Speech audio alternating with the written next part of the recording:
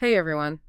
Ever imagine, wanting to understand the spiritual figure revered by millions today, but he started as a regular kid who inherited land? Yeah, It's Saint Garibdas Ji Maharaj, and he was born back in 1717 in Tudani, India. right. And Garibdas Ji's life, it took such an extraordinary turn. We're talking divine encounters and celestial journeys, even a near-death experience. So by the end of this deep dive, you'll really get why his story still matters, even centuries later. Yeah, it's pretty amazing because his journey, it wasn't tied to like his inheritance or anything. It was Yeah. something much, deeper. Yeah. He had this profound shift at just the age of 10. Okay, so he's like out grazing cattle like a normal 10-year-old would. Right. And he encounters this mysterious figure, Kabir Sahib, disguised as a living saint. Yeah. But this meeting, it wasn't just like a quick hello. Right. It was marked by this miracle that really set Garibdas Ji on his path. Exactly. Okay. Kabir Sahib made a young cow that hadn't even given birth yet produce milk on command. Imagine witnessing that. Yeah. This was a pivotal moment, highlighting the importance of faith and recognizing the divine. I bet that was a lot to take in as a 10-year-old. Oh, yeah. What was the significance of that miracle, you think? I think it really solidified Garibdas Ji's faith. While others might have doubted it or dismissed it, Yeah. he saw it as a blessing, a sign of something greater at play. Yeah. And this acceptance of the divine is key to understanding his journey. Totally. That makes sense. It's like that experience opened his eyes to a whole new reality. Yeah, it was his initiation into spiritual knowledge. Right. Garibdas Ji, wanting to learn more, asked to be shown the ultimate truth. And that's where the celestial journey comes in. Exactly. I mean, who wouldn't want to witness that? Yeah, and it's more than just sightseeing. It's a direct experience of the divine realms. Yeah. Kabir Sahib granted him this divine vision, taking him through Brahma Look, Okay. Shiva Look, Vishnu Look. Wow. These are different celestial realms.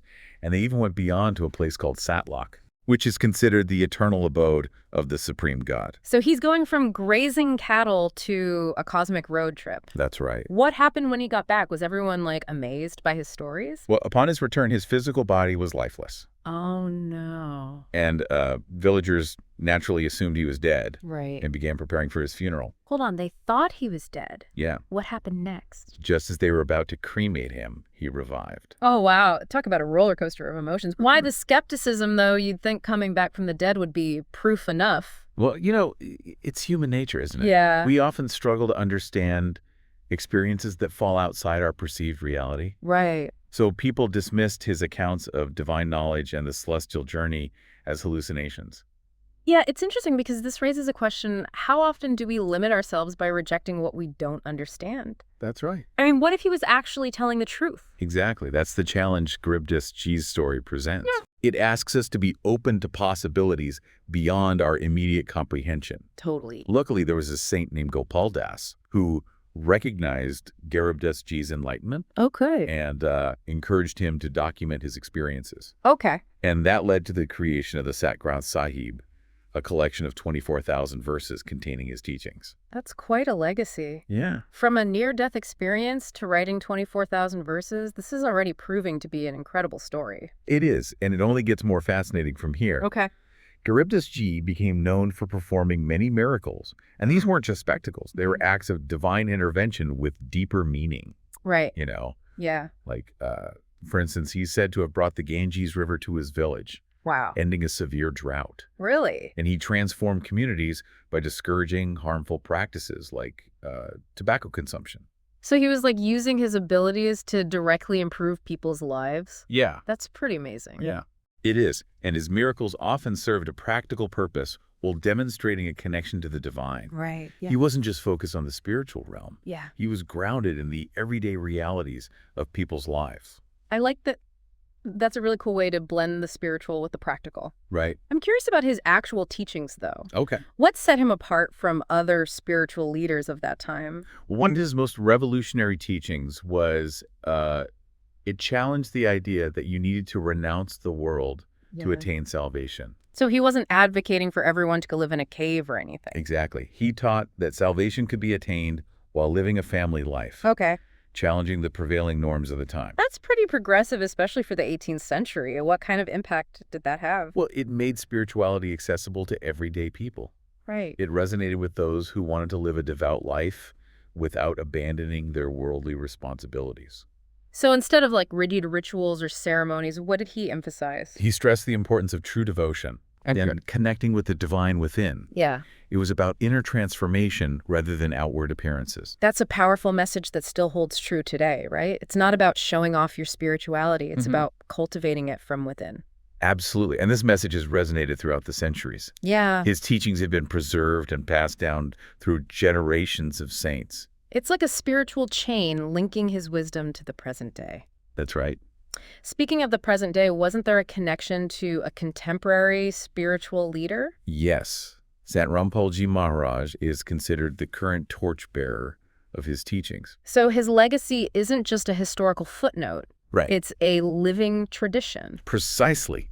Millions are learning the true path of devotion, free from superstitions and unnecessary rituals, thanks to Sant Rampal Maharaj's guidance. That's incredible. It's amazing how a message from centuries ago can still be so relevant today. I know. It's pretty amazing. I understand there's a big event coming up to celebrate Sant Garibdas Maharaj's enlightenment.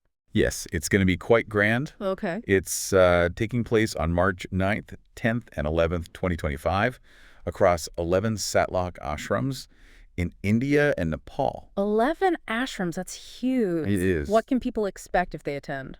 There will be spiritual discourses, continuous readings of the Sat Granth Sahib, Okay. a grand feast, and even blood donation camps and mass weddings free of dowry.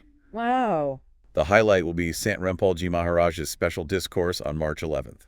So a 3-day spiritual extravaganza? Yeah, you could say that. That sounds incredible. And for those who can't make it in person, the special discourse on March 11th will be broadcast live on Shraddha TV and various online platforms. So even if you're miles away, you can still connect with this celebration of Sant Garibdas Maharaj's legacy. That's right. It's inspiring to see how his teachings continue to touch lives centuries after his time. What do you think is the biggest takeaway from his story? For me, it's the reminder that true spirituality is about more than just rituals and beliefs. It's about connecting with the divine within and living a life filled with purpose and meaning. Yeah, that's a beautiful way to put it. His story really reminds us that we all have the potential for that kind of connection. Absolutely. The path to enlightenment, it's open to everyone, Right. regardless of their background or their beliefs. So we started with this seemingly ordinary boy who inherited land. Right. And ended up with this spiritual giant whose influence is still felt today. Yeah. What a journey. It really is. It's a testament to the enduring relevance of his teachings. Yeah. They offer this kind of timeless path to connect with the divine. It makes you think, what if, those everyday moments are actually filled with signs and synchronicities that Right. we're just not tuned into yet? That's a fascinating thought. Mm-hmm. What if divine encounters are way more common than we realize? Right. But we're just not open to recognizing them. It's like we need to adjust our perception, Yeah. be more present and aware of the world around us. Right. Well, this has been an incredible deep dive into the life and legacy of Sant Garibdas Maharaj. I agree. It's inspiring to see how one person's journey can have such an impact on so many others across centuries. And while this is the end of our deep dive, I hope it sparks your curiosity to learn more about Sant Garibdas Maharaj and those who carry his legacy forward.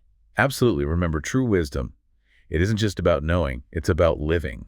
Right. So take what we've discussed today and let it guide you on your own unique journey. Beautifully said. Thanks for joining us on this incredible exploration. Until next time, stay curious, keep exploring, Yes. and may your journey be filled with light and inspiration.